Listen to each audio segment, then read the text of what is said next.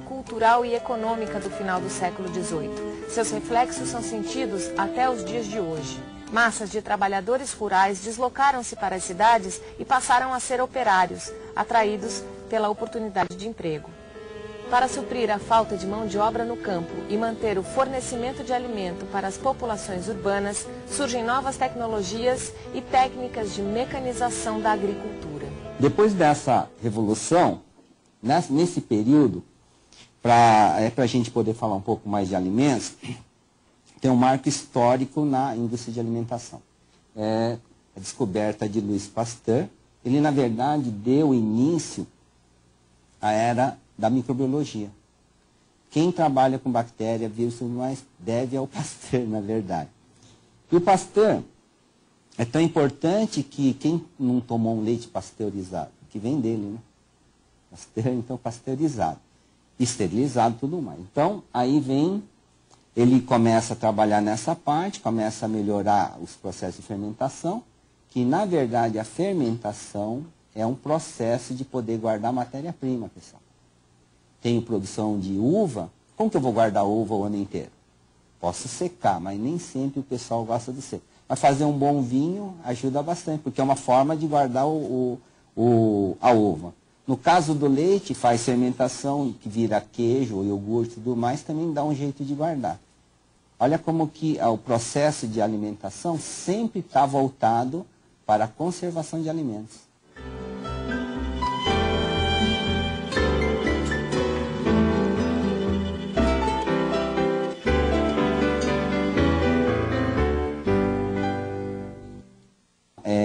Fotografia do Chaplin, que está assim na Primeira Guerra, que ele tem um monte de panela pendurado no corpo. Essa é uma foto bem conhecida. E então no fronte, na Primeira Guerra, ainda se cozinhava, né? Aí vem a Segunda Guerra, até que relativamente rápido, e com o desenvolvimento tecnológico já acontecendo com a Primeira Guerra. Pessoal, toda a evolução tecnológica, as guerras são os grandes propulsores.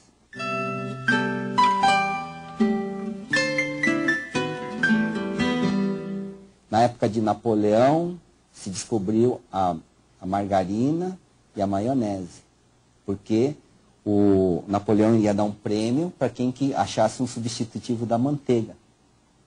De tanto processo que desenvolveram, descobriram outras coisas, né?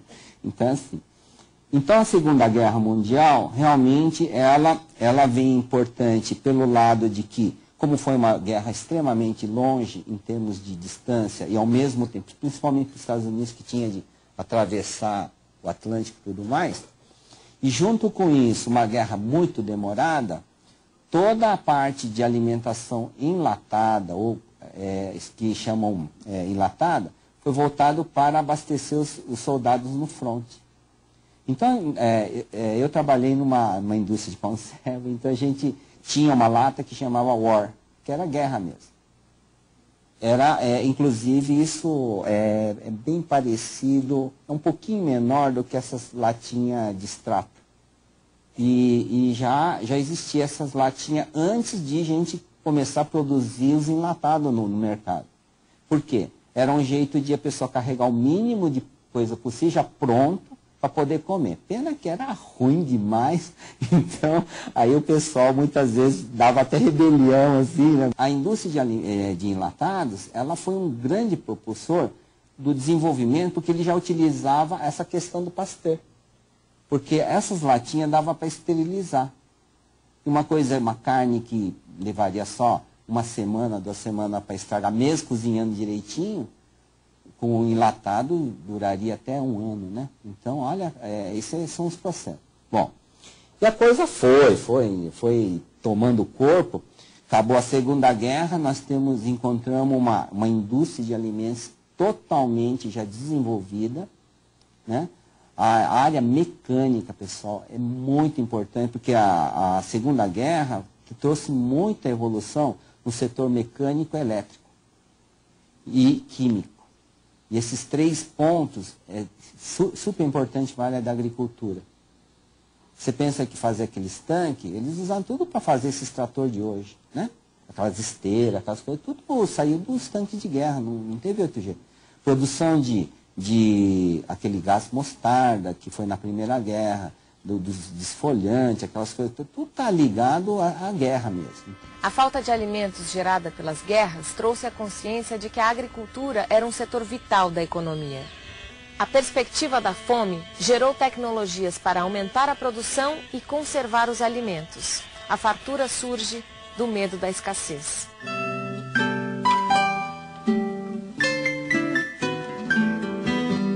De repente, depois da década de 50, o homem sentiu que não ia passar mais fome. A produção de alimentos chegou a um nível que afastou de vez aquela ideia de Malthus, de que a progressão geométrica no crescimento da população e uma PA, né, uma progressão aritmética na de alimentos, de repente isso aí deixou de existir. Por quê? A tecnologia que foi utilizada no campo, principalmente mecanização, utilização de fertilizantes, que essa indústria, tudo de fertilizante, era para fazer veneno na época da guerra, né?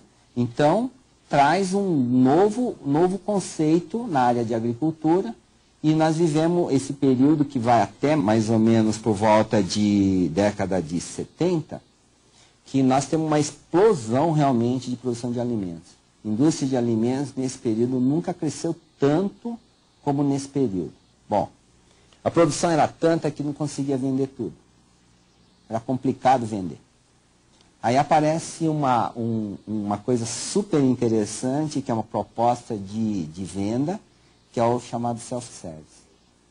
Né? O americano começou a inventar isso, começou como se fossem umas lojinhas de conveniências que você encontra por aqui, e vira esse supermercado que é hoje. Pela primeira vez, o consumidor entra em contato com o produto, e ele tem a possibilidade de escolher. E isso foi fundamental para a área de indústria de alimentos, porque o produto tinha de ter cara para vender. Não adianta colocar numa embalagem feia que não vai vender nunca. Né? E aí o alimento que já tinha vontade, né, começa a ter um aspecto mais comportamental do que de subsistência. Tanto é que nós padecemos hoje por excesso de oferta. Né?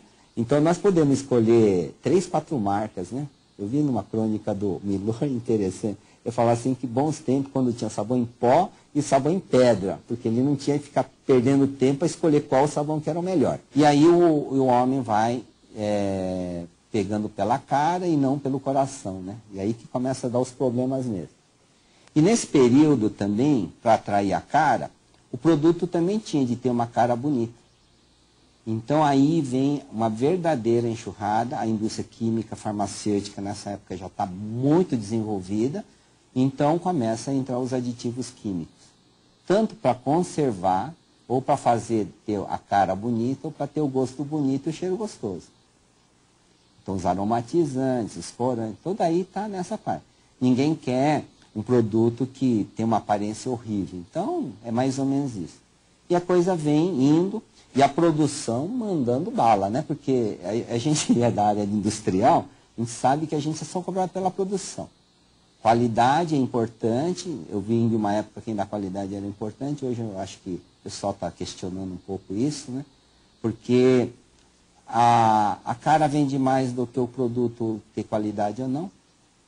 Para vocês terem uma ideia, nós estamos numa situação hoje que a empresa não produz 100% dos produtos que ela vende. Ela terceiriza. Acha uma firma que faça, por exemplo, um molho de pimenta, ele faz direitinho. Todas as firmas que vendem molho de pimenta, pede para ele, rotula lá na fábrica e ele que vende. Então, na verdade, é a mesma coisa com rótulos diferentes. E vê que os preços também são bem diferentes também, né? Então, às vezes acontece esse tipo de coisa, que a gente, às vezes, começa a perceber que a indústria de alimentos não está muito preocupado com a qualidade final. Porque quando a pessoa mesmo faz, ele tem um nome a zelar, ele tem esse cuidado. Mas deixar terceirizar já começa a complicar um pouquinho. Nós estamos em mutação.